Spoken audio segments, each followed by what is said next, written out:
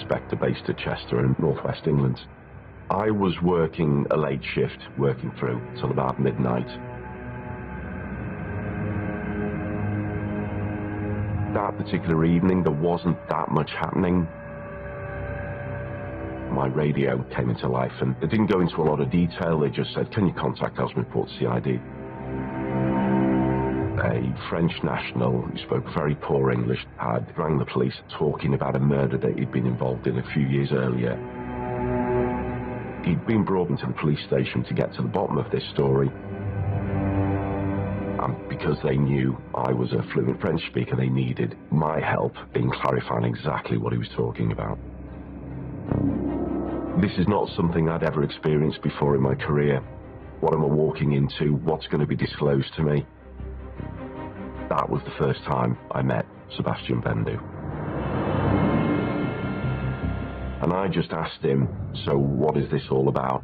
And he then briefly explained that back in 2009, he'd been involved in a fight with somebody he was living with at the time. This gentleman had died as a result of the incident. This was an accidental death. He hadn't intended it. He then covered up the killing and he buried him in a concrete tomb in the shed in the back of the garden. It doesn't get more serious than somebody saying they killed somebody. As we started to learn more about his past, it became clear that there was a lot more to this than we'd been led to believe by him initially. I had a sense that this was something serious, but I had no idea what it would lead to. In my professional career before and since, I've never seen anything like it.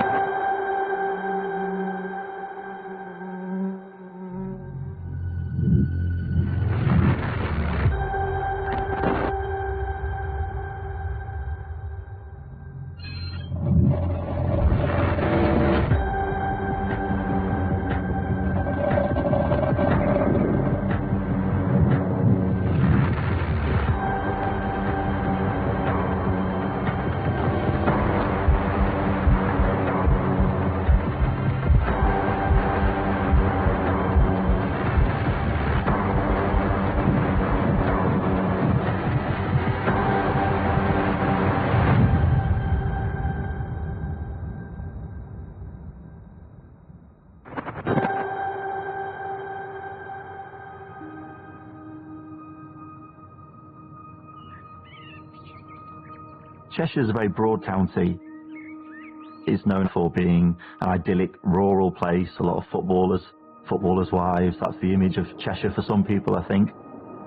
A lot of farmland, a lot of beautiful countryside.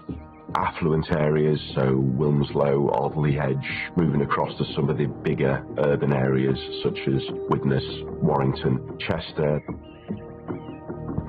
I was a police officer with Cheshire Police for 32 years. I've got to admit, I wasn't 100% sure that's what I wanted to do, but from the moment I joined, I realised that this was the vocation that suited me best. And that's where I worked since December 1992. I say to people who ask me, how safe is Cheshire? It is a safe place. A lot of the crime is what you'd expect. Burglaries, domestic violence, casualties on the roads. Murders are a big event in Cheshire. They don't happen all the time, and when they do, it's big news.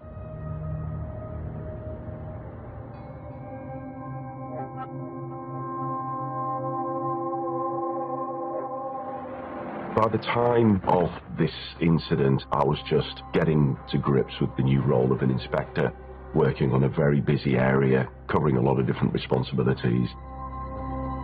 And when I met Sebastian Bendu, that's where the story started for me. His English was very rudimentary, and the people on duty were aware that I could speak to him in French so that we could start to build up a picture of what he was alleging that he'd done. Sebastian Bendu was dishevelled, was frightened, disorientated, had a bit of a vacant look about him. He'd had quite an ordeal in getting to Cheshire. He travelled down from Scotland, travelling by bus, hitchhiking, to end up in Ellesmere Port to hand himself into the police. He said, I'm responsible for killing someone. He covered up the killing and he buried him in the shed in the back of the garden. After he was booked into custody, he'd been seen by a psychiatrist and they diagnosed that there was a mental health illness that he was suffering from at the time he'd been arrested, paranoid schizophrenia. You question if there was any truth in what this individual was saying, because we get people walking in all the time, making claims and accusations. In these cases, CID come in and they take over quite rapidly, preserving evidence, making sure that we start to gather as much information as possible, because ultimately what we do in these first 48 hours can often mean the difference between a successful and an unsuccessful prosecution many months or sometimes even years later. My initial role will incorporate the potential murder scene. Sebastian had turned up and given this information. Off the top of his head, he thought a murder happened in 2009 in an address in Ellesmere Port. So the location where Bendu was living at the time was a housing estate at the back of the town centre. I mean, you could call it a close, but they were all called courts and they were all named accordingly. The court was a small, close, terraced street in a working class area of Ellesmere Port, a tight-knit community. I was out at the area where he said he was living, had a look around. There was just nothing that was standing out as this to be a place where a body could be hidden. We made the decision to bring Sebastian down to the scene to see if Sebastian could help us further in identifying where the victim had been put. And he goes straight into number 19.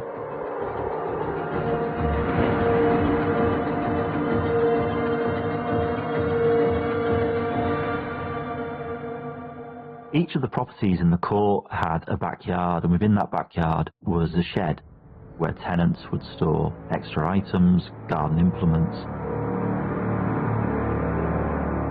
It only became apparent when I walked into that shed that this has actually got legs.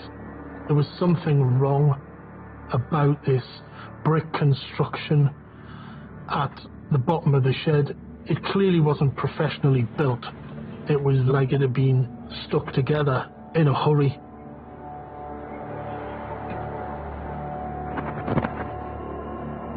Sebastian Bendu gave the name of the gentleman that he was admitting killing in 2009. Christophe Bourgie, 36-year-old French national. I then started checking through what information we held on Christophe. I established that Christophe had been living at an address at the court, the same location that Bendu had indicated, and that he'd been reported missing to the police back in 2009. There'd been no trace of him. He was still an outstanding missing person.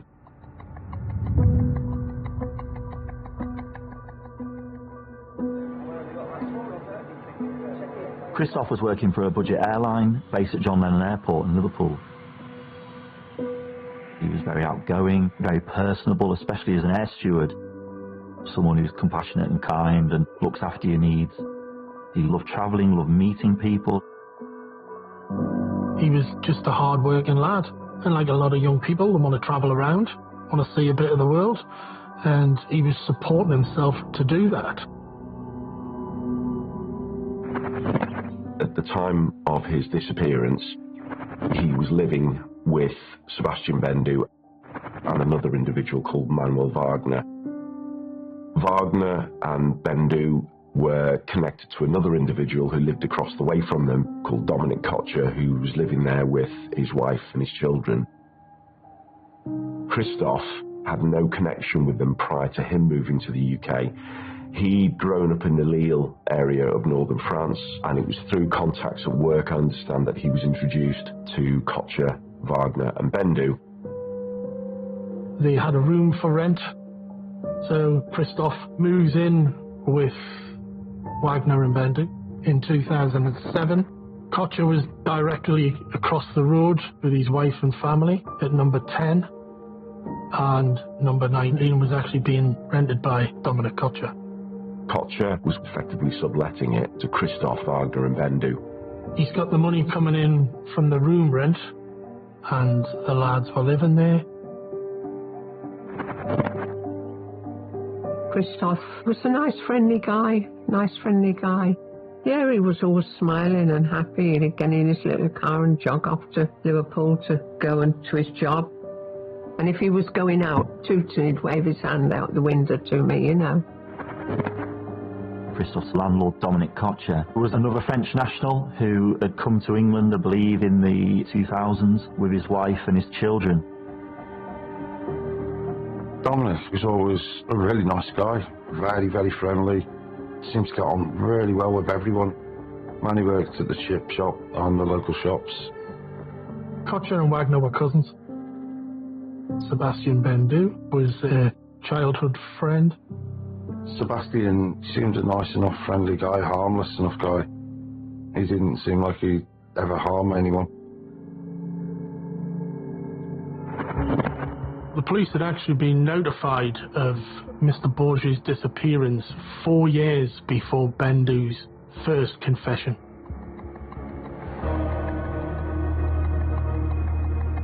In May 2009, a colleague at work basically reports his disappearance to the authorities. He didn't turn up for work for a flight that he was supposed to be on, and then he never turned up for a further 2 weeks. People were starting to get worried because it just didn't fit with who Christoph was. They contacted the police and basically said he'd vanished off the face of the earth. On the 27th of May 2009, an officer attended at the home address and spoke to the occupant, which happened to be Sebastian Bendu. Bendu explained in very poor broken English that Christoph had gone and he had no idea where he'd got to. He indicated actually that Dominic Kocher would have more information and Kocher's English was far better. And they go to speak to Kocher, who tells them the story that he's gone travelling because that's been the nature of his life and his work. Kocher told the officer he'd spoken to Christoph's brother, and the brother wasn't worried. Christoph has done this before, and that there was nothing to worry about. The initial inquiries with the family were that he was quite old-fashioned in how he maintained contact. He preferred letters, postcards, he didn't use emails. So it wasn't an unreasonable stretch to think that he had gone off. But his car was there, and I said to Dominic, "Where is he?" He said he's gone to see his parents. I said, "Oh, lovely. I thought he'd gone home."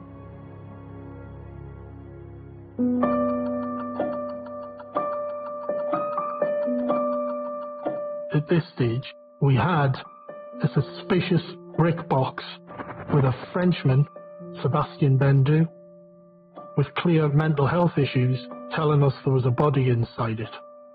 But we didn't know what we had. So a decision was made where we'd use forensic archaeologists. We were housemates with Sebastian and Manuel at the time.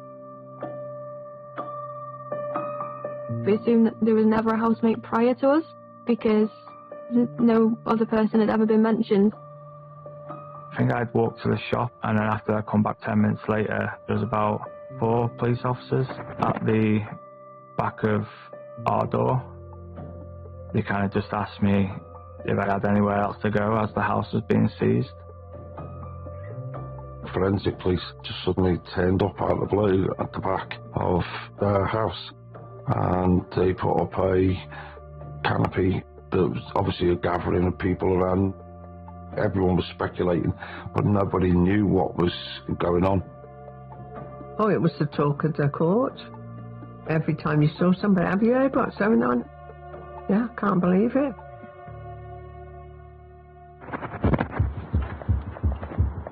When we're inside the shed, we have to forensically preserve what is ever inside of this tomb.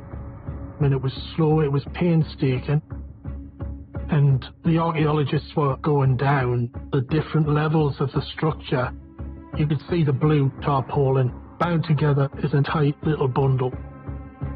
We didn't know what was inside the tarpaulin, but we knew it was a body shape.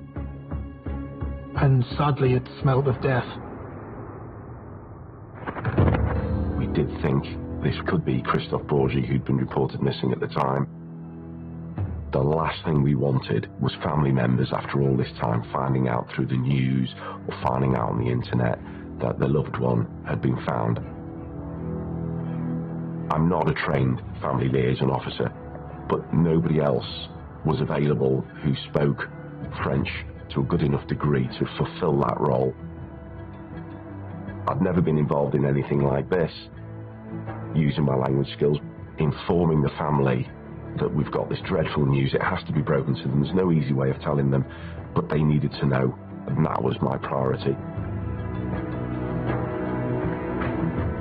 Using the information that we had recorded at the time that Christophe went missing, we tried those contact numbers, but they weren't working anymore. We had addresses, but the family of Christophe Bourgie had clearly moved on in those, 4 years. I contacted the French police there, and they said, we'll make some inquiries. The press were clamouring for more information, and the biggest concern the investigation team had was that we were going to have to release details on what we were dealing with. When we turn up on our mass and rumour control starts to fly around Ellesmere Port, we do attract attention from the media. The majority of times when the media are alerted to a murder investigation is by local residents and people who've spotted what's going on. But the media interest in a murder is always going to be huge. I was getting concerned that the longer it was taking me to track the family down, the harder it was going to be for them to deal with this news, particularly if they found out through the media. I remember being called into a briefing room with the chief superintendent who wanted an update. When my phone rang, the voice on the other end said, "I'm Yves Bourgie in French. I believe you're trying to get hold of me. Is this about my son Christophe?"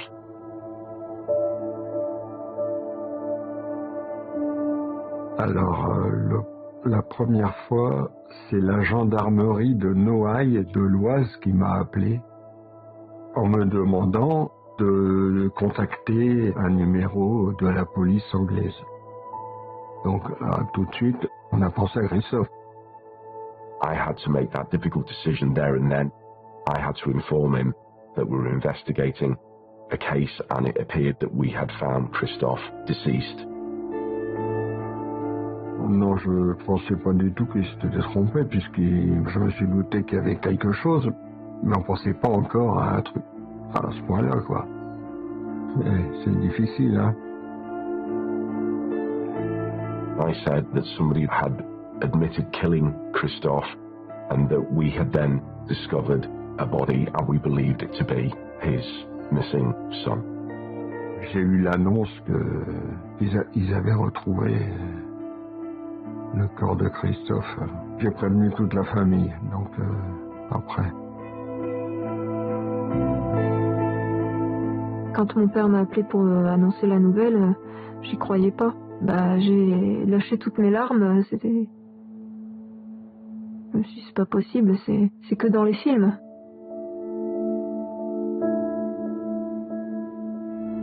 On s'attend pas à...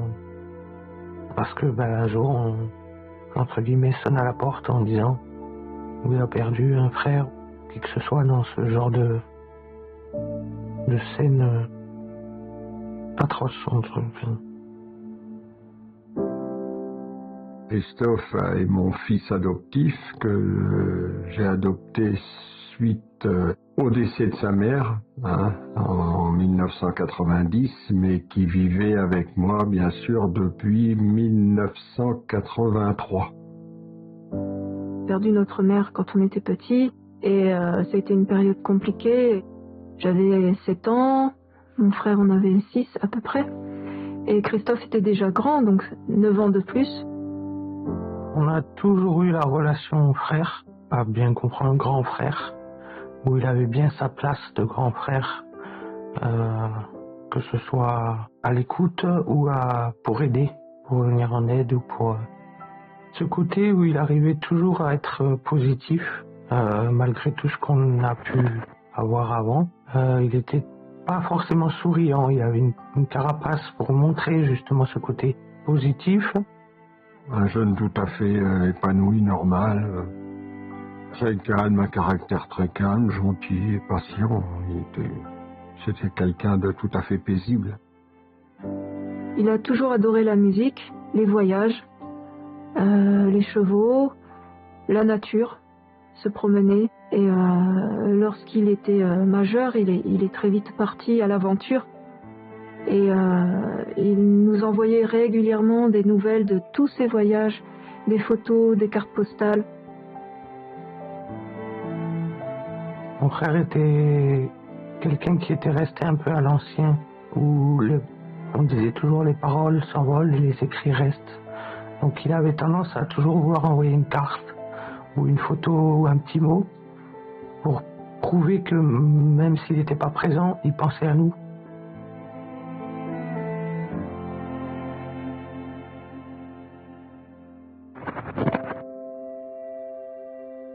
Je savais qu'il avait des colocataires en Angleterre, mais il n'en parlait pas. Ça avait l'air de bien se passer. Lui, il bougeait beaucoup avec son travail, donc il était très occupé. Mais on n'a jamais ne connaissait pas ses colocataires. The police search has been concentrated at the back of this house. Earlier this afternoon, what's believed to be human remains were removed from the scene. We were pretty dumbstruck, I think, when we found out that they'd actually uncovered a body. You don't expect to see that in your back garden, ever. We didn't know who it was they'd found. Then it suddenly started to come out in the press, on the TV, on the news channels. They've been looking for the body of Frenchman Christophe Bourgie, missing since 2009, and neighbours have been shocked by today's developments. Everyone was totally gobsmacked when we found out it was actually Christophe.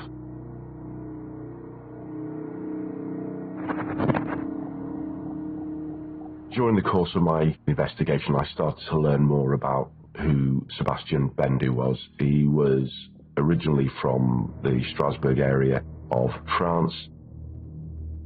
His mother committed suicide, which would have had a significant impact on the children at the time. It was horrendous.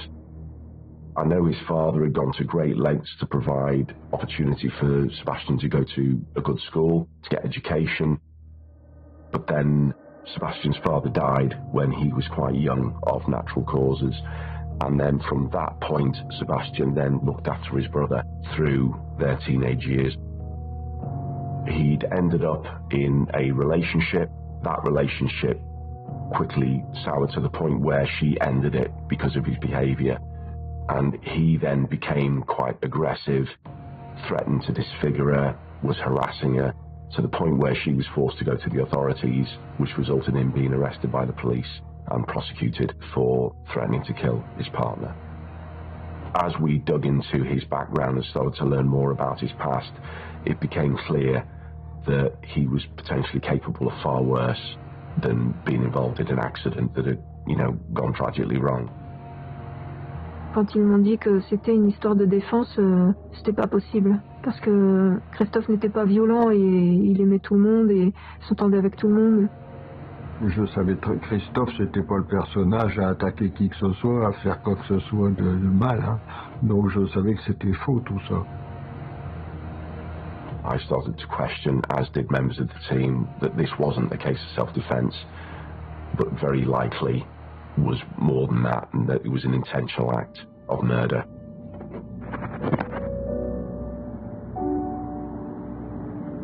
This tarpaulin is transported as one to the Royal Liverpool Pathology Department, where the pathologist took a X-ray of the whole of the package, as we were calling it, and it was chilling what was in there. You could see there was a hammer, you could see knife handles, there was a quilt and sheet, and then obviously the body of a young male. He was in a football shirt and his slider flip-flops. I remember that. There was decomposition, but you could still make out features. Because he was in an airtight environment, obviously he was identified through other means during the course of the investigation. But you can still see it was Christoph. You can see the knife wounds and the hammer blows. The attack to Christoph's skull, the ferocity of the blows, it was horrendous. And to think that that was the person that I'd been learning all about from his family was quite hard to reconcile. It was horrific, absolutely horrific.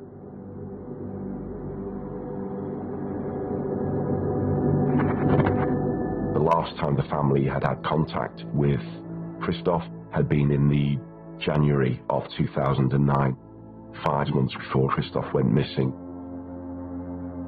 Il était venu en famille pour une période de 2 semaines, il me semble, où on a visité sur la fin où je lui ai annoncé que j'allais me marier, et il était le plus heureux de savoir que son frère devait se marier, et m'avait prononcé mot pour mot que tout, n'importe quoi aurait pu arriver, qu'il aurait tout fait pour être présent ce jour-là. De savoir son petit frère heureux, pour lui, il y avait... It was really important for Noel that his older brother was there to witness and to take part in the ceremony. This was vital, and that was due to take place in the June in 2009. Je me souviens de lui avoir envoyé à le faire part du coup d'invitation pour qu'il ait une photo et une trace aussi. Le pourquoi j'avais pas de nouvelles. Et je suis resté sans réponse jusqu'au jour du...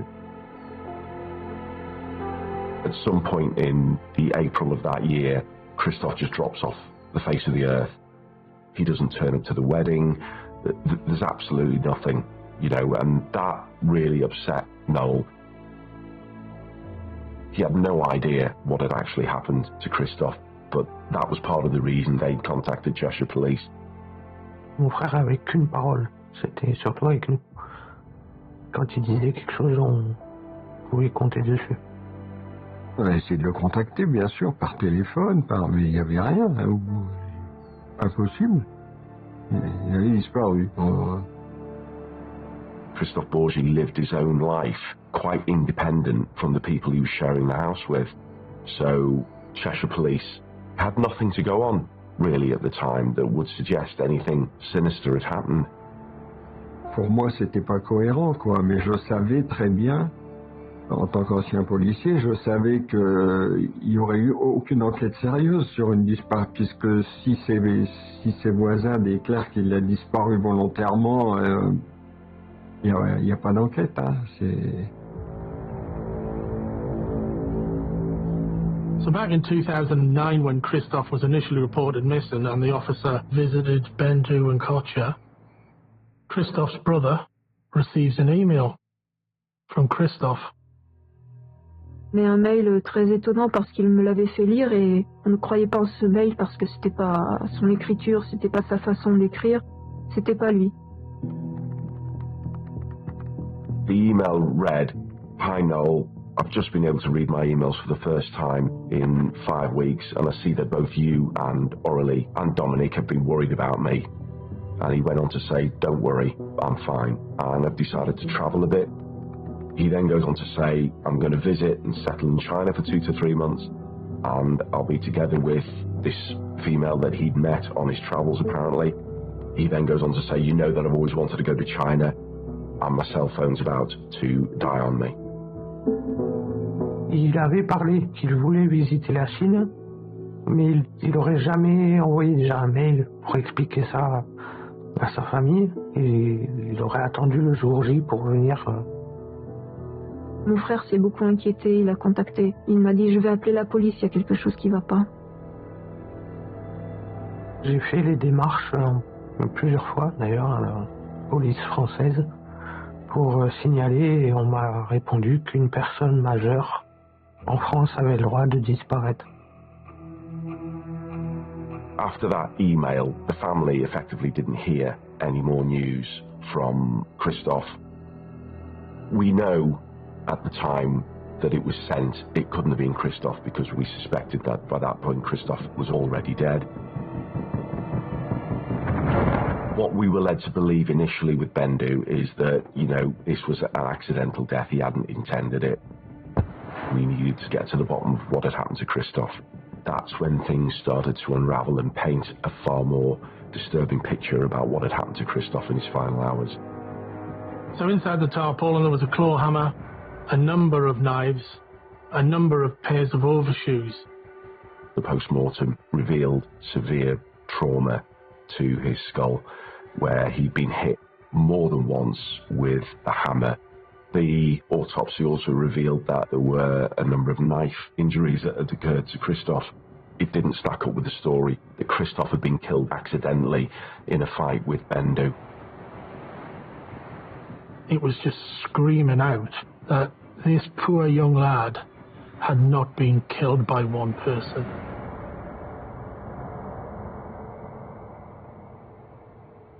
Obviously, you needed to start looking at who else was there at the time.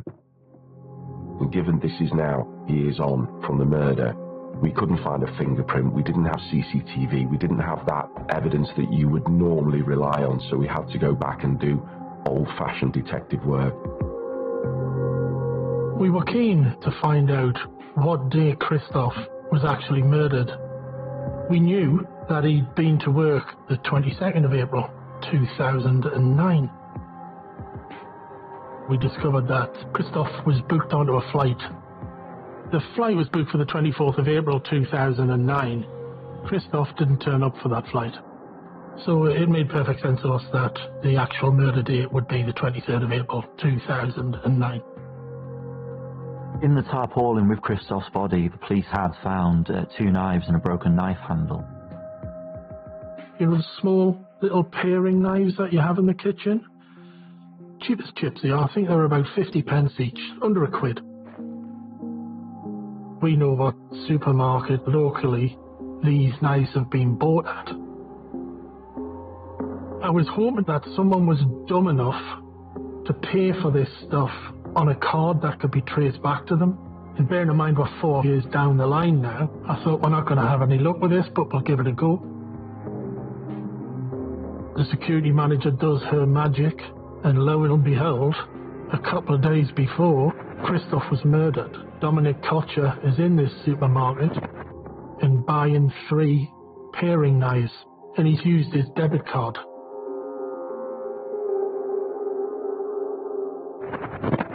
Kocher, we found out, got to know lots of people within the Ellesmere Port area. He was volunteering, helping with training of the football team, and he was well liked by all accounts. Dominic came to a restaurant, and that's how we got to know him. Dominic said to us, "Oh, do you guys play football?" But yeah, we live football, we play all the time. So he said, "I'm going to get a new team, I'm going to get new players."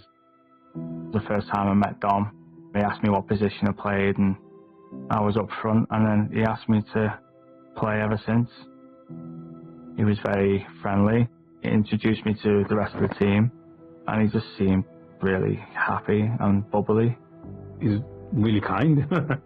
Sometimes he'll give some money to us, like, "Guys, get yourself a drink," or whatever. When we used to have football tournaments, he'd be like, "Oh, I made some food. Oh, thanks, Dom," you know. He's a top guy, looking after us. I was house sharing with a friend. My friend moved out, which left me on my own. So I explained the situation to Dominic because he was taking me to football that day. He told me he had a spare room in this house. I've been staying with him at the original place, and then we both moved in together on the same day. When I was moving my stuff in, that's when I realised there was other people in the house. I was quite surprised when we moved in to be living with 2 adult men that I didn't know anything about, had no background on. Sebastian, he didn't have the best English, so we had a little bit of a language barrier, but he didn't seem intimidating in any way. He was fine. He smiled, that was about it. Sebastian used to work in a restaurant as a kitchen porter, 12-hour shifts a day, no days off. Manny was a very odd, weird guy. He spoke weirdly, and he used to work a lot. He's a workaholic. That was it. Well, okay, we're hard working. Wow. 12-hour shifts, 7 days a week, non-doing days off. Seb wasn't the most clean person ever. He would leave stuff out, he would leave dishes in the sink and brush his teeth in with the water with the dishes.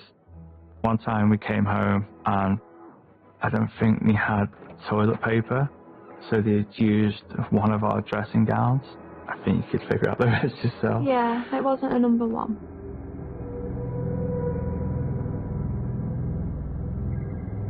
The whole scenario involving Dominic Kocher, Manny Wagner and Sebastian Bendu was just weird. Kocher didn't work. The lads that were living at 19 were a source of income for him.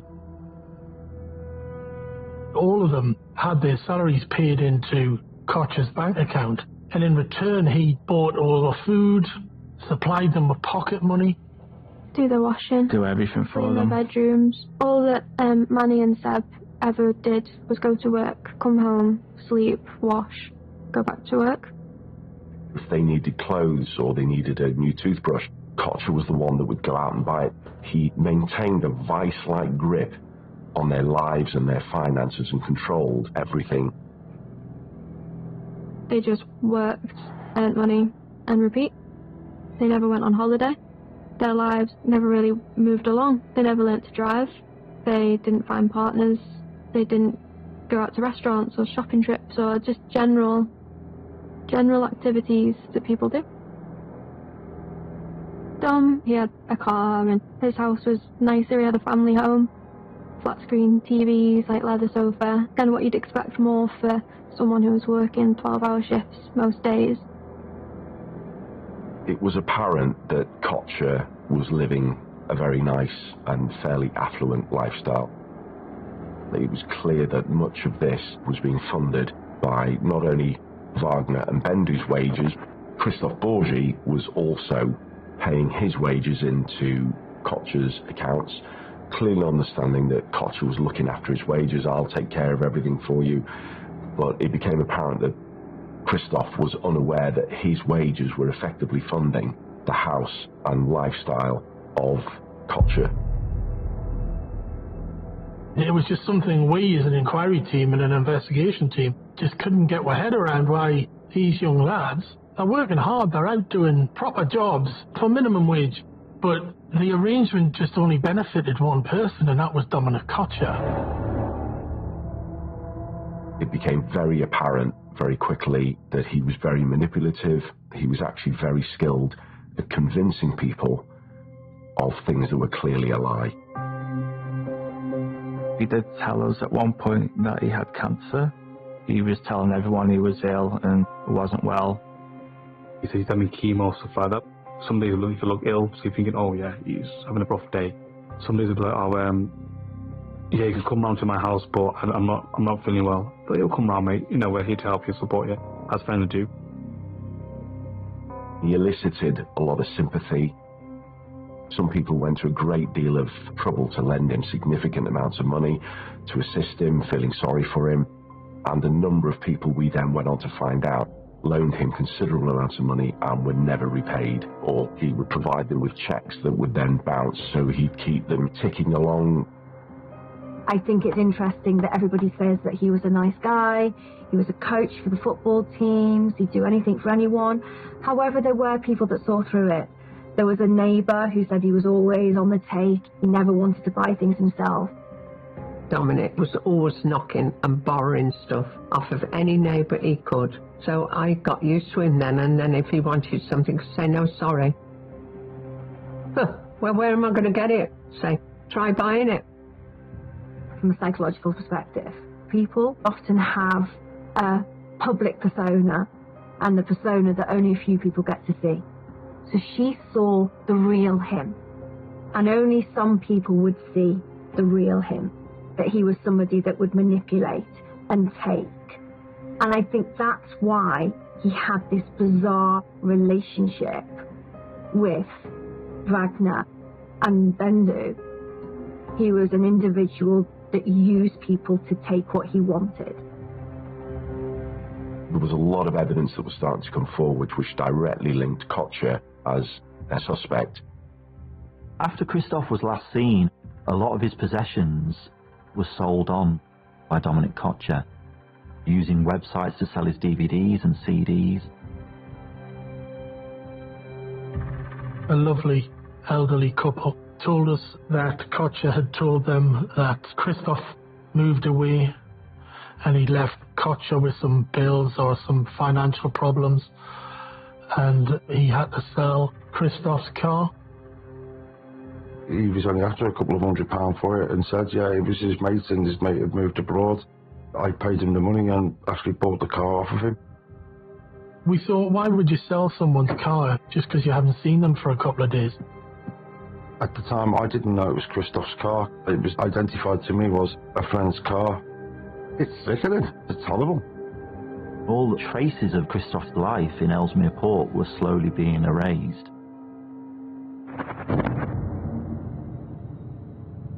Now we were looking for evidence around Dominic Kocher and his involvement in Christoph's death. The stuff for this tomb has to come from somewhere, and someone's going to have to buy this stuff. And with the result of the knives, we pushed further down that route. Police started looking into financial transactions of Dominic Kocher, and he had been using his own accounts to make purchases from a local builder's yard as well. Concrete, cement, mortar materials.